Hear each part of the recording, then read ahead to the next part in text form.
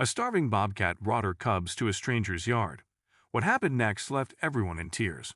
The first time I saw her, I didn't know her name yet.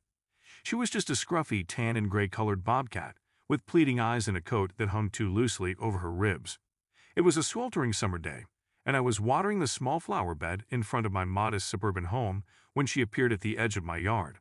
At first, I thought she was looking for water, so I set down a bowl. But she didn't approach. Instead, she whined softly, a low, rasping sound, and took a few steps back, her golden eyes never leaving mine. That's when I noticed the slight swell of her belly and the sag of her thin body. This wasn't just a stray bobcat, she was a mother. "Hey there, girl," I said softly, crouching down to appear less threatening. "Are you hungry? Where are your babies?" As if understanding my words, she turned and trotted a few steps away, then looked back at me. She repeated this action several times until I realized she wanted me to follow her. Curiosity got the better of me, and I found myself trailing after this mysterious wild visitor. She led me to a vacant lot 2 blocks over, overgrown with weeds and littered with discarded furniture and old tires. In the far corner, beneath a rusted-out car, I could hear the faint mewing of cubs. The mother bobcat crawled under the car and moments later emerged with a tiny cub in her mouth. She gently placed it on the ground in front of me, then went back for another one. One by one, she brought out 3 squirming, squeaking bundles of fur. My heart melted at the sight. These cubs couldn't have been more than a few weeks old. Their eyes were just starting to open, and their movements were unsteady. The mother bobcat looked up at me, her expression a mix of exhaustion and hope. "Oh, sweetie," I murmured, fighting back tears. "You've been so brave, haven't you? Taking care of these little ones all on your own." I knew I couldn't leave them there.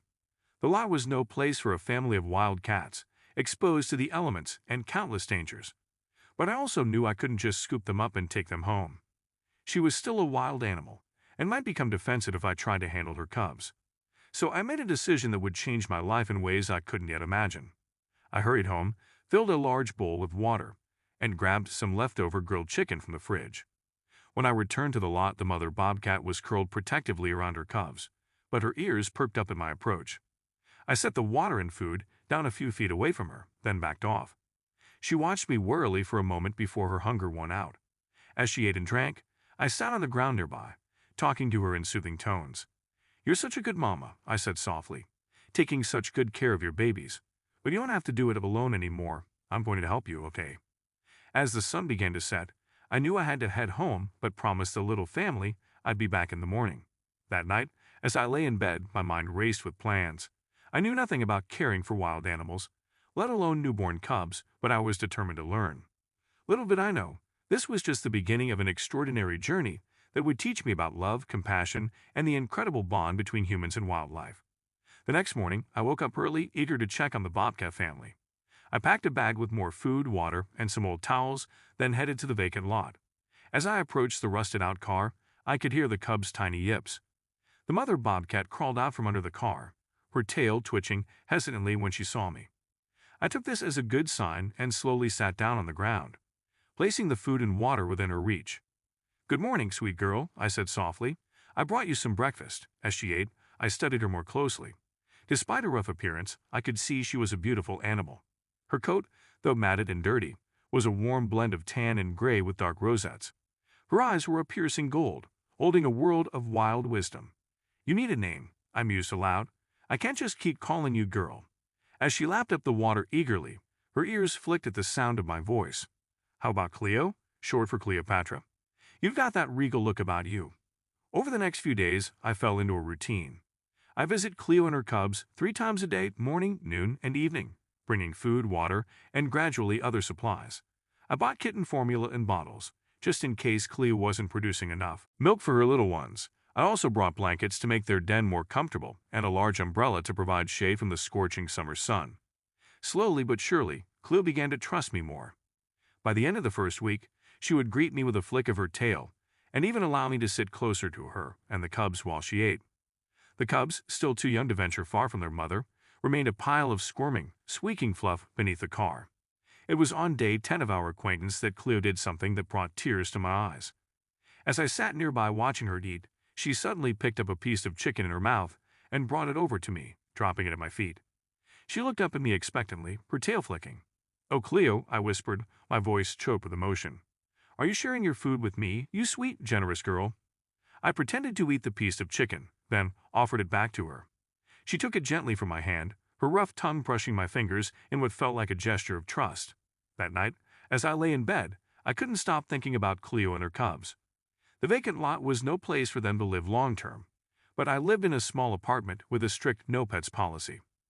I knew I needed to find a more permanent solution, but for now, I was focused on keeping them safe and healthy. 2 weeks after I first met Cleo, I arrived at the lot to find her sitting outside the car, her tail twitching excitedly as I approached. The cubs had opened their eyes and were starting to venture out of their den. 3 pairs of bright, curious eyes peered up at me as I knelt down beside Cleo. The cubs were a mix of shades, each one uniquely beautiful. One had a golden coat like Cleo, another was a rich reddish-brown, and the runt of the litter was a pale, creamy tan. "Well, hello there, little ones," I said, my heart melting at the sight of their tiny tails flicking and their clumsy attempts to walk. "Welcome to the world." Cleo watched proudly as her cubs explored their surroundings, never straying too far from her watchful eye. I spent hours that day just sitting with them, letting the cubs crawl over my legs and bat at my shoelaces with their tiny paws. As the cubs grew stronger and more active, I realized I needed to make their environment safer. The lot was full of potential hazards, broken glass, rusty metal, who knows what else. So I spent my weekend building a makeshift enclosure using old pallets and chicken wire I had scrounged up. Cleo seemed to understand what I was doing and even helped by carrying sticks in her mouth and dropping them near where I was working. By Sunday evening, I had created a decent-sized pen that would keep the cubs contained and safe while still giving them room to play and explore. The days that followed were filled with joy as I watched the cubs grow and develop their own personalities. The golden cub was the boldest, always the first to investigate any new toy or object I brought.